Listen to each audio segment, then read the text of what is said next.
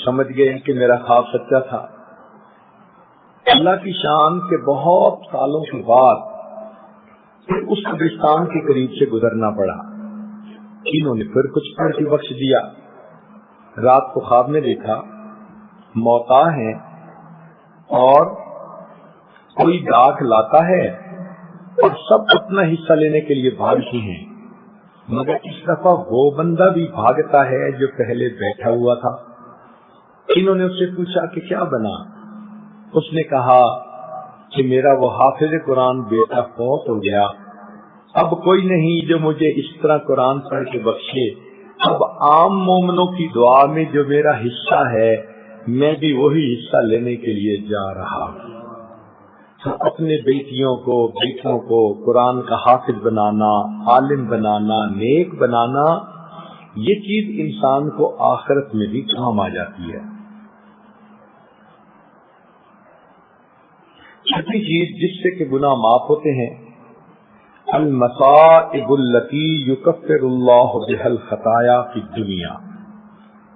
مومن کو دنیا میں جو بھی تکلیف پہنچتی ہے، جو بھی مصیبت ملتی ہے، اس مصیبت کی وجہ سے اللہ تعالیٰ گناہوں کو معاف فرما دیتے ہیں۔ بخاری شریف کی روایت ہے، ما یصیب المؤمن من وصب ولا نصب ولا ہم ولا حزن الا کفر اللہ بها من خطایاہ، کہ انسان کو اس دنیا میں جو مصیبت ملتی ہے، جو تھکاوٹ ہو جاتی ہے، جو غم ملتا ہے، جو پریشانی ملتی ہے، اللہ تعالیٰ ہر چیز کے بدلے اس کے گناہ کو معاف کر دیتے ہیں۔ عائشہ صدیقہ رضی اللہ تعالیٰ عنہ بیٹھی ہوئی تھی، چراغ جل رہا تھا، ہوا کا جھونکا آیا اور چراغ بجھ گیا۔ نبی علیہ السلام نے فرمایا انا للہ و انا الیہ راجعون۔ عائشہ رضی اللہ عنہ بڑی حیران ہوئی کہ اللہ کے حبیب صلی اللہ علیہ وسلم چراغ کے بجھنے پر آپ نے یہ پڑھا؟ فرمایا کہ ہاں، مومن کو چھوٹی سی بھی اگر کوئی مصیبت پہنچے اور وہ انا للہ پڑھ لے، اللہ اس پر بھی اس کو اجر عطا فرماتے ہیں۔ آپ ذرا سوچئے کہ جس مومن کو چراغ کے بجھ جانے پہ اجر ملتا ہے، اگر کوئی قریبی عزیز فوت ہو جائے، اس کی زندگی کا چراغ بجھ جائے اور یہ صبر کر لے تو اس پر کتنا اجر ملے گا۔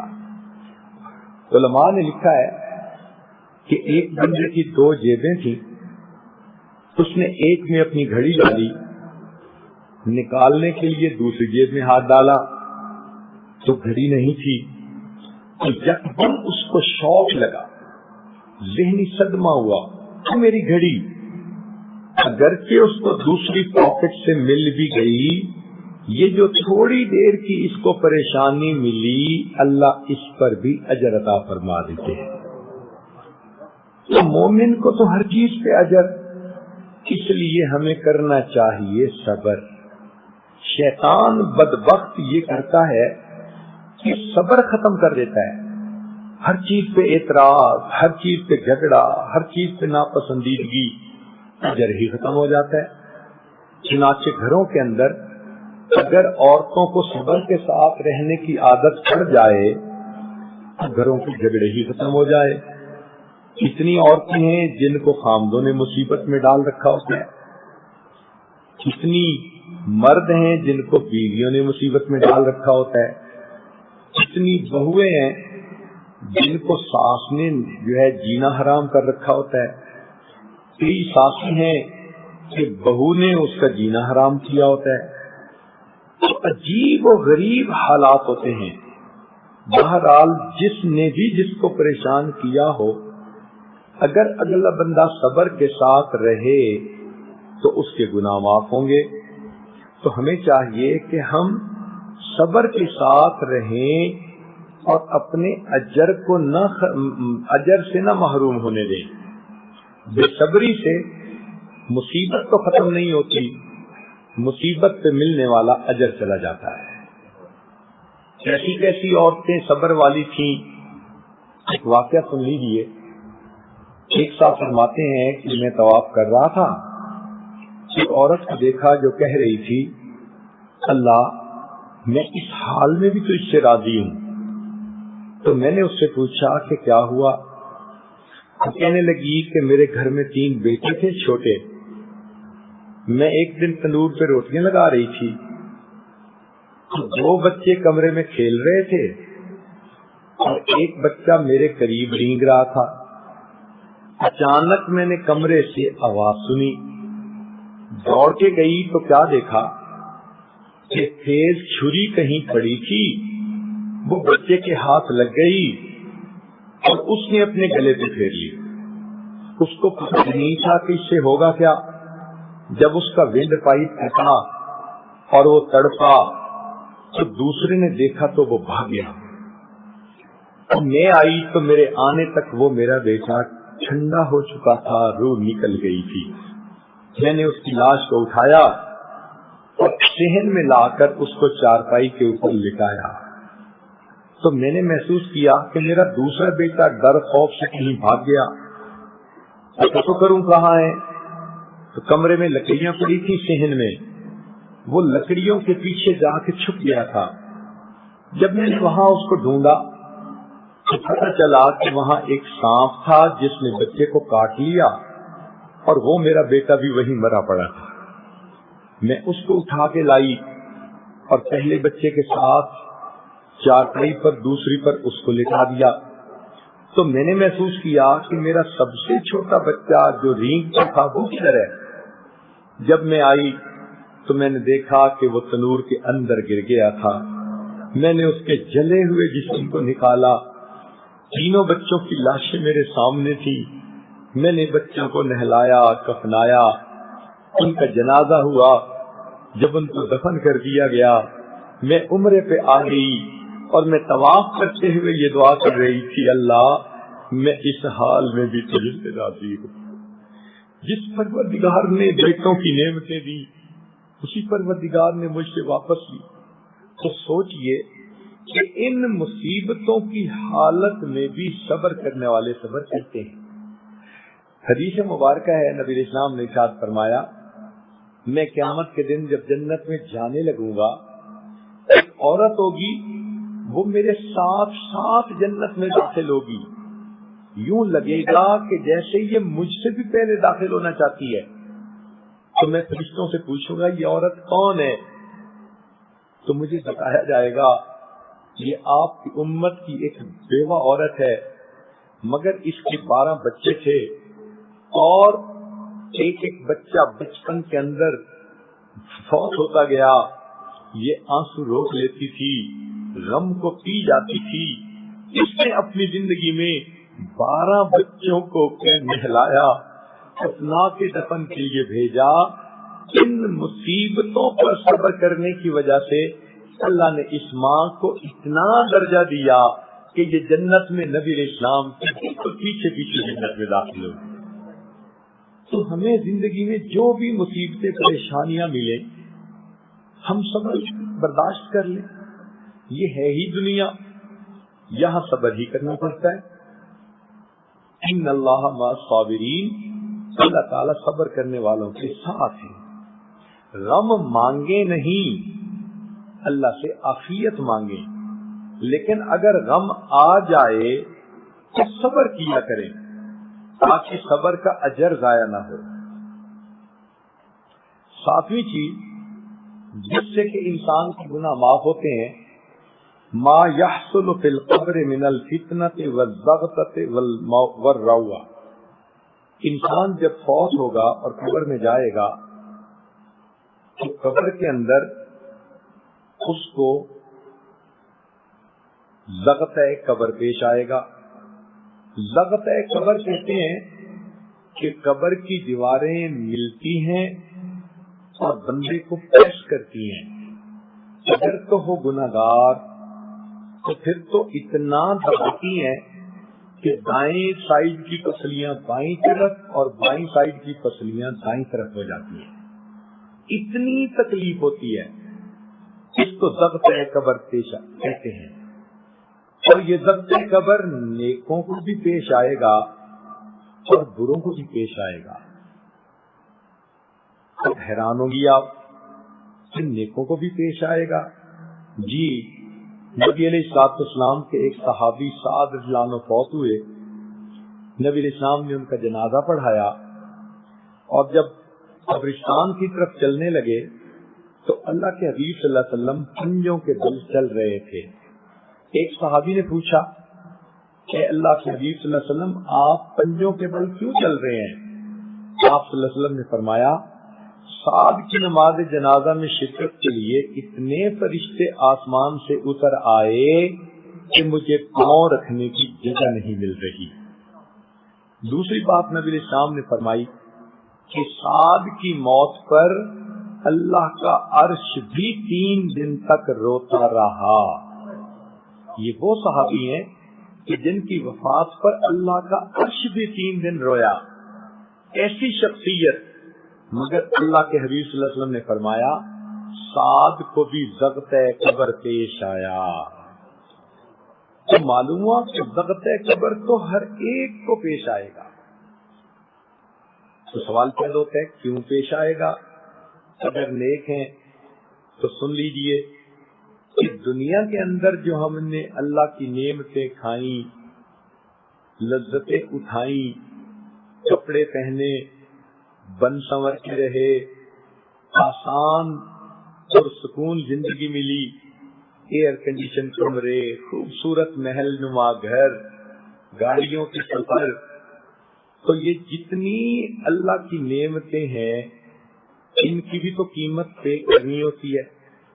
مثال یوں سمجھیں، آپ اگر کسی ریسٹورینٹ سے جاتی ہیں کھانا کھانے کے لیے، اپنی مرضی کی ڈشز تو منگاتی ہیں، لیکن جب اٹھنے لگتی ہیں تو بل تو پے کرنا پڑتا ہے۔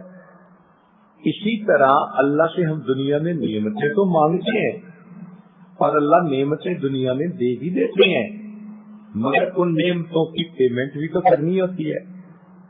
تو یہ ضغط قبر مومن کے لیے ان نعمتوں کی پیمنٹ ہوتی ہے۔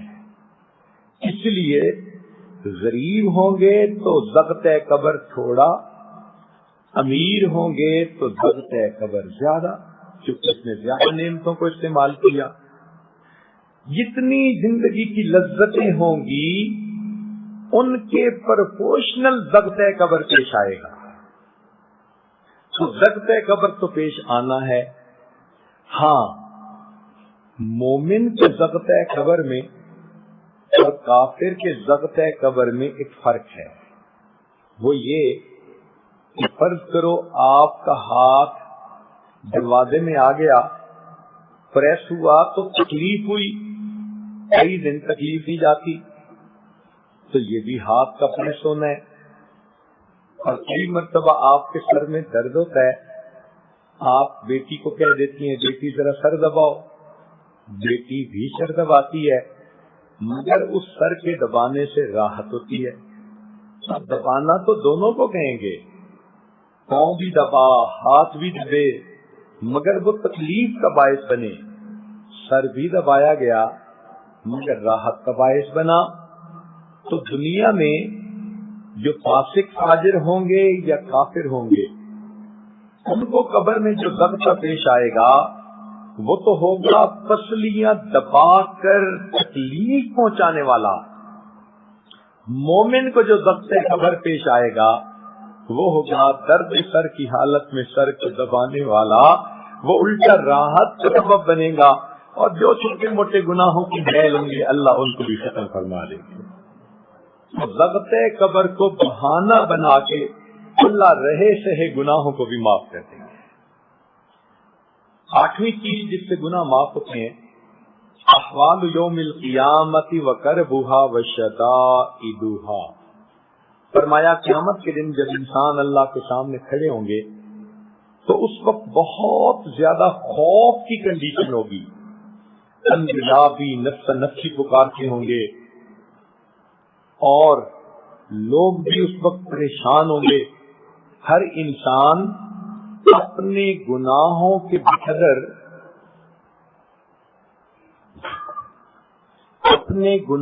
بقدر پسینے میں ڈوبا ہوا ہوگا، کوئی چخنوں تک پسینے میں، کوئی گھٹنوں تک پسینے میں، کوئی کمر تک، کوئی گلے تک، مگر یہ پسینہ عام پسینہ نہیں ہوگا۔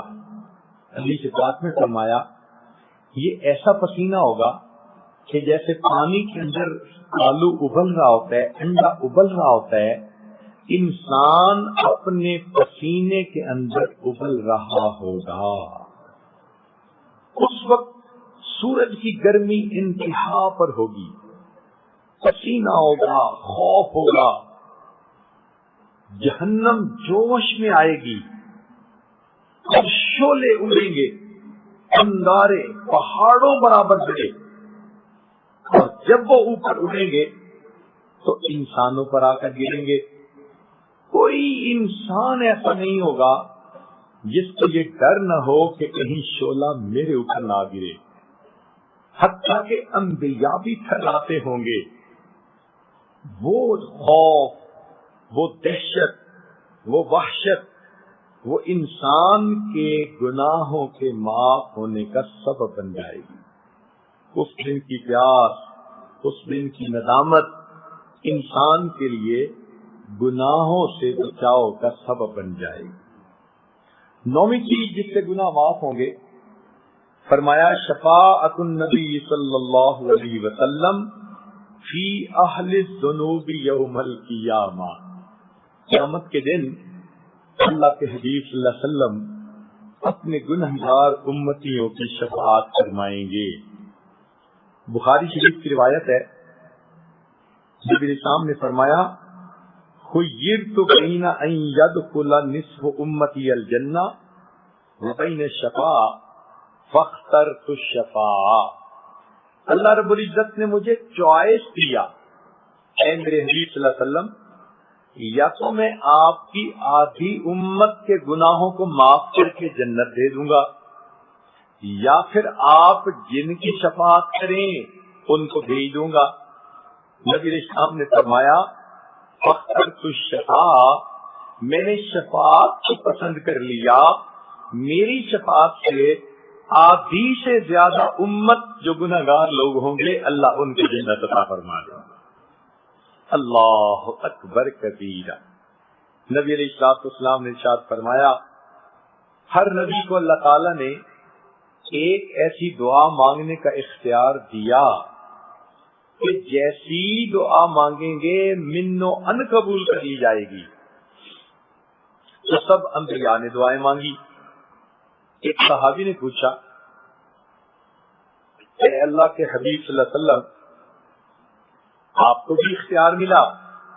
نبی علیہ السلام نے فرمایا ہاں، مجھے بھی اللہ تعالیٰ نے اختیار دیا، مگر میں نے دعا مانگی نہیں، میں نے اس کو ذخیرہ بنا لیا۔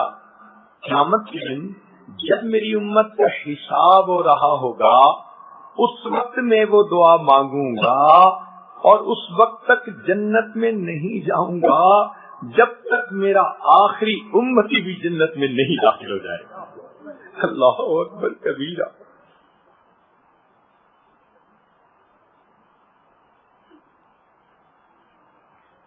لہذا ہمیں چاہیے کہ ہم نبی علیہ الصلوۃ والسلام کی ذات بابرکات پر کثرت سے درود شریف پڑھا کریں، ان کی سنتوں سے اپنے آپ کو مزین کیا کریں۔ یہ قیامت کے دن شفاعت ان لوگوں کو ملے گی جو نبی علیہ الصلوۃ والسلام کی سنت کا احترام کرنے والے لوگ ہوں گے۔ آج عورتوں کے طبقے میں سنت کی پابندی بہت کم ہے، ان کو فیشن اچھے لگتے ہیں، ان کو یورپ کے ڈیزائن اچھے لگتے ہیں، یہ بچوں کو بھی لباس وہی پہنانا پسند کرتی ہیں، ان کو زبان بھی وہی کی اچھی لگتی ہے۔ چھوٹے چھوٹے بچوں کو اللہ کا نام سکھانے کی بجائے انگریزی کے لفظ سکھاتی ہیں، اور بچہ انگریزی کے لفظ بولے تو بڑا خوش ہو، عورتیں مردوں کو لے کے جاتی ہیں، ان سے معافی مانگ لیتی ہیں، ان سے سوری کر لیتی ہیں کہ جی شادی کا موقع ہے سب کو منا لو۔ حتیٰ کہ جس گھر میں سب روٹھے آ گئے اس گھر سے اللہ اور اس کے حبیب صلی اللہ علیہ وسلم کے طریقوں کو نکال دیا، تو ہم نے پھر ان کا تو مقام نہ سمجھا، ان کے ساتھ نہ کی، ہم نے ان کے جو ہے ساتھ میں میں سرور آ جاتا ہے جو سنت کے مطابق زندگی گزارنے والا بندہ ہوگا قیامت کے دن اللہ کے حبیب صلی اللہ علیہ وسلم کے سامنے جائے گا. وہ آقا صلی اللہ علیہ وسلم کے حبیب صلی اللہ علیہ وسلم کی شفاعت ہمیں بھی نصیب ہو تاکہ اللہ تعالیٰ قیامت کے دن ہماری اس دن جو ہے وہ اللہ تعالیٰ ہماری بھی مغفرت فرما دے اور گناہوں کو اللہ تعالیٰ معاف فرما دے. علماء نے ایک نقطہ کتابوں میں لکھا ہے کیوں فرماتے ہیں کہ اللہ تعالیٰ نبی اسلام کے بارے میں فرماتے ہیں کہ تہجد بھی نافلۃ لک عسى ان يبعثك ربك مقاما محمودا. اے میرے محبوب صلی اللہ علیہ وسلم تہجد کے نوافل بالمؤمنین رحیما. اے میرے بندو تم دنیا میں ایمان بچا کے چلے آؤ گے تو پھر دیکھنا میں قیامت میں تمہارا کیا اکرام کرتا ہوں, میں تمہارے لیے کیا مہربانیاں کرتا ہوں. تو اللہ تعالیٰ قیامت کے دن اپنے بندوں پر مہربانی فرمائیں گے اور ان کے گناہوں کو معاف کریں گے صرف اس وجہ سے کہ ان اللہ بالناس لرؤوف الرحیم. ماں بچے کے مامتا کی وجہ سے شفیق ہوتی ہے, اللہ اپنی رحمت کی وجہ سے اپنے بندوں پہ شفیق ہے. اتنی رحمت ہوگی, حضرت قاری محمد طیب رحمت اللہ علیہ نے لکھا کہ قیامت کے دن اللہ تعالیٰ کی اتنی رحمت ہوگی کہ ایک وقت آئے گا شیطان بھی سر اٹھا کر دیکھے گا شاید میری بھی مغفرت ہو جائے. اگر شیطان کو بھی امید لگ سکتی ہے تو پھر چلنے والوں کے تو مزے ہوں گے جو ایمان بچا کے دنیا سے چلے گئے. اللہ کی رحمت ہوگی اور اللہ کی رحمت سے سارے جنت میں چلے جائیں گے. امام غزالی رحمت اللہ علیہ نے عجیب واقعہ لکھا ہے, وہ سنا کے یہ عاجز بات کو مکمل کر دیتا ہے. فرماتی ہیں سب لوگ جن پر اللہ کی رحمت ہوگی جنت میں چلے جائیں گے, پھر اللہ انبیاء کو شفاعت کی اجازت دیں گے, لوگ جنت چلے جائیں گے, پھر علماء, شہداء, صلحاء, عام جنتی بھی شفاعت کریں گے, حتیٰ کہ جس کے دل میں ذرہ برابر بھی ایمان ہوگا سارے کے سارے بالآخر جہنم سے نکال کے جنت میں ڈال دیے جائیں گے. اس کے بعد وہ جہنمی رہ جائیں گے یا تو مشرک کافر منافق ہوں گے یا ایسے ہوں گے کہ جن کے دل میں ذرے سے بھی تھوڑا ایمان تھا, وہ لوگ جہنم میں رہ جائیں گے حتیٰ کہ وہ آگ میں جلتے رہیں گے. جب اللہ تعالیٰ چاہیں گے یا اللہ کی رحمت جب جوش میں آئے گی اللہ تعالیٰ کیا کریں گے, ان جہنمیوں میں اور جو مشرک کافر ہوں گے ان کے درمیان کی آگ کو اللہ تعالیٰ شیشے کی طرح ہو کر آئے ہو جب جنتی مذاق کریں گے. ایک وقت آئے گا وہ سارے اتقاء الرحمان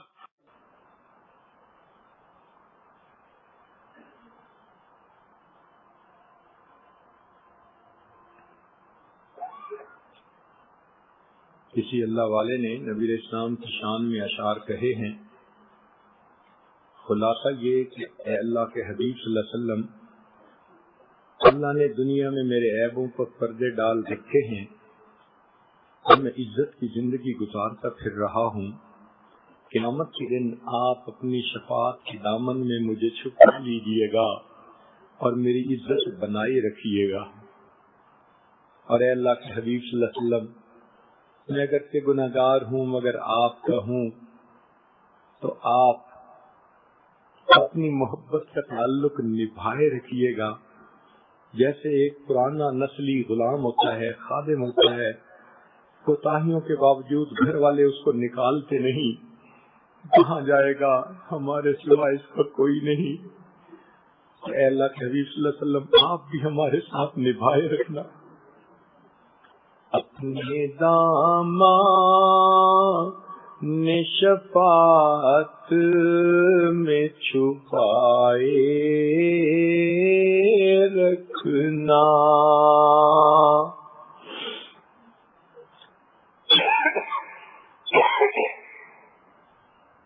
اپنے دامن شفاعت میں چھپائے رکھنا. میرے سرکار میری بات بنائے رکھنا، آپ کی یاد ستاتی ہے تو رو لیتے ہیں، اپنی یادوں کہ ہمیں روگ لگائے رکھنا، میں نے مانا کہ گناہگار ہوں پر آپ کا ہوں، میں نے مانا کہ گناہگار ہوں پر آپ کا ہوں، اس گناہگار سے سرکار نبھائے رکھنا، اس گناہگار سے سرکار نبھائے رکھنا، ذرہ خاک کو خورشید بنانے والے، خاک ہوں میں مجھے قدموں سے لگائے رکھنا، ذرہ خاک کو خورشید بنانے والے، خاک ہوں میں مجھے قدموں سے لگائے رکھنا، اپنے دامان شفاعت میں چھپائے رکھنا، میرے سرکار میری بات بنائے رکھنا۔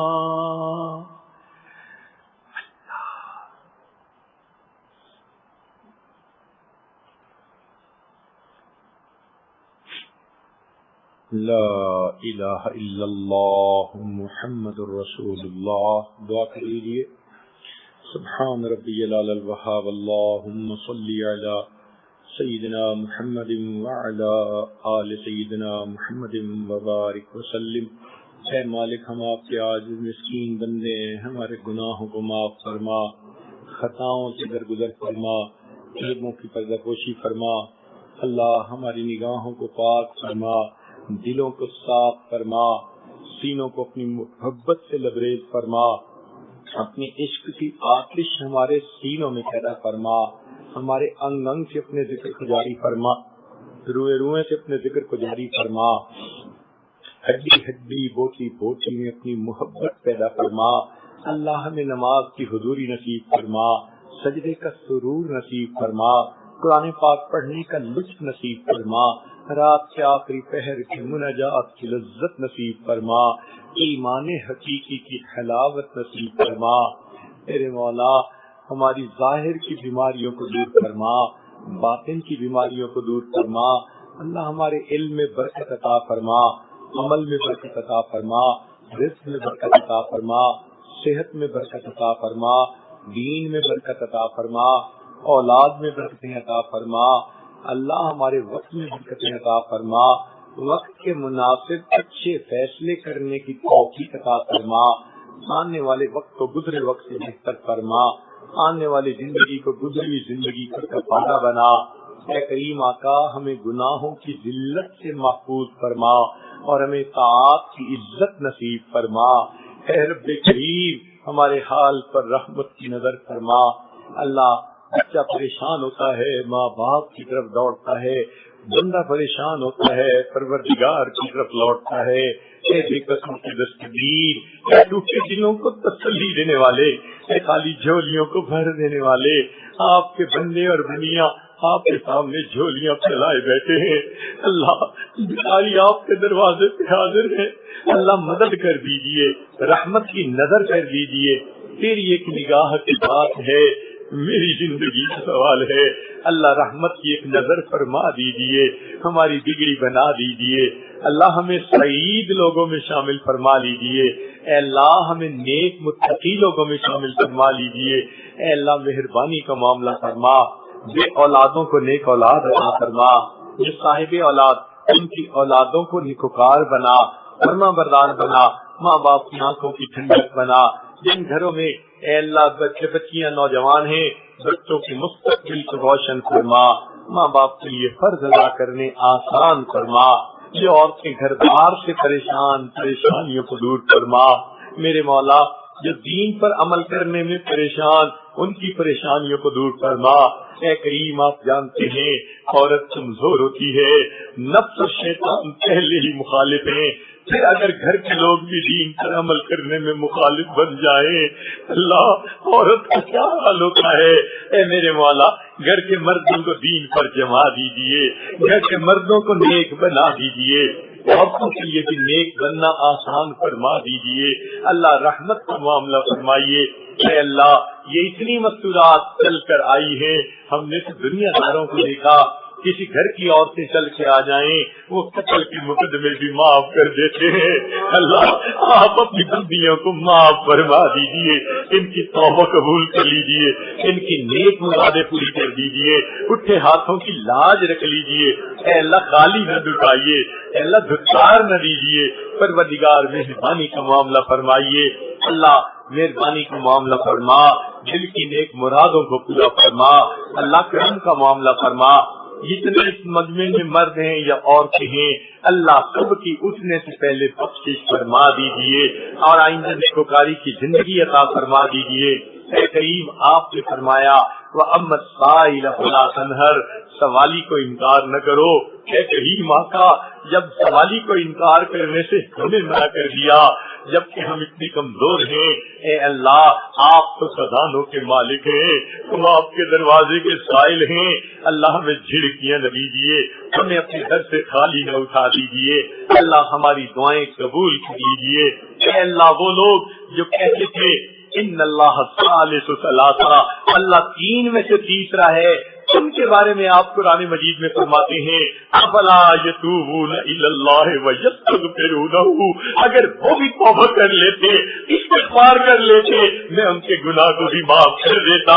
اللہ اس مجمع میں تو وہ لوگ ہیں جو توحید کے نغمے گاتے ہیں، توحید کی صدا سے اللہ سچائیاں بیان کرتے ہیں، اللہ نماز میں قدم قدم پہ ہر رکن میں اللہ اکبر کی صدا بلند کر رہے ہوتے ہیں۔ اے اللہ جو سجدے میں سبحان ربی الاعلیٰ کا اقرار کر رہے ہوتے ہیں، اللہ ان کی تو توبہ قبول کر لیجئے، استغفار قبول کر لیجئے، اللہ رحمت کا معاملہ فرما دیجئے۔ میرے مولا ہماری ان دعاؤں کو اپنی رحمت سے قبول فرما۔ جنہوں نے دعاؤں کے لیے کہا یا کہنا چاہتے تھے، خط لکھے، فون کیے، میسج کیے یا کہنا چاہتے تھے نہیں کہہ سکے، اللہ سب کی نیک مرادوں کو پورا فرما۔ جو آج کے پروگرام میں آنا چاہتے تھے مرد یا عورتیں نہیں آ سکے، اللہ ان کو دعاؤں میں شامل فرما لیجئے۔ اللہ آنے والے وقت کو گزرے وقت سے بہتر فرما، آنے والی زندگی کو گزری ہوئی زندگی کا کفارہ بنا۔ میرے مولا یہ آپ کے نیک بندے اور بندیاں ہیں، اے اللہ اس عاجز مسکین کے ساتھ حسن ظن رکھتے ہیں، اللہ حسن ظن تو ایک نیک عمل ہے، ان کو ان کے حسن ظن کی وجہ سے اللہ بخشش فرما دیجئے۔ اور اللہ آپ جانتے ہیں کہ پورے مجمع میں سب سے زیادہ گناہگار تو یہ عاجزی ہے، اے اللہ قیامت کے دن کی ذلت سے بچا لینا، قیامت کے دن کی رسوائی سے بچا لینا۔ اے اللہ آپ نے پردے رکھے ہوئے ہیں، اللہ یہ پردے سلامت رکھنا، اللہ جیسے آپ نے دنیا میں ستر پوشی فرمائی، اللہ آخرت میں بھی ستر پوشی فرما لینا۔ میرے مولا ہماری ان دعاؤں کو اپنی رحمت سے قبول فرما۔ صلی اللہ تعالی اللہ خیر خلقہ سیدنا محمد و آلہ و اصحابہ اجمعین برحمتک یا ارحم الراحمین.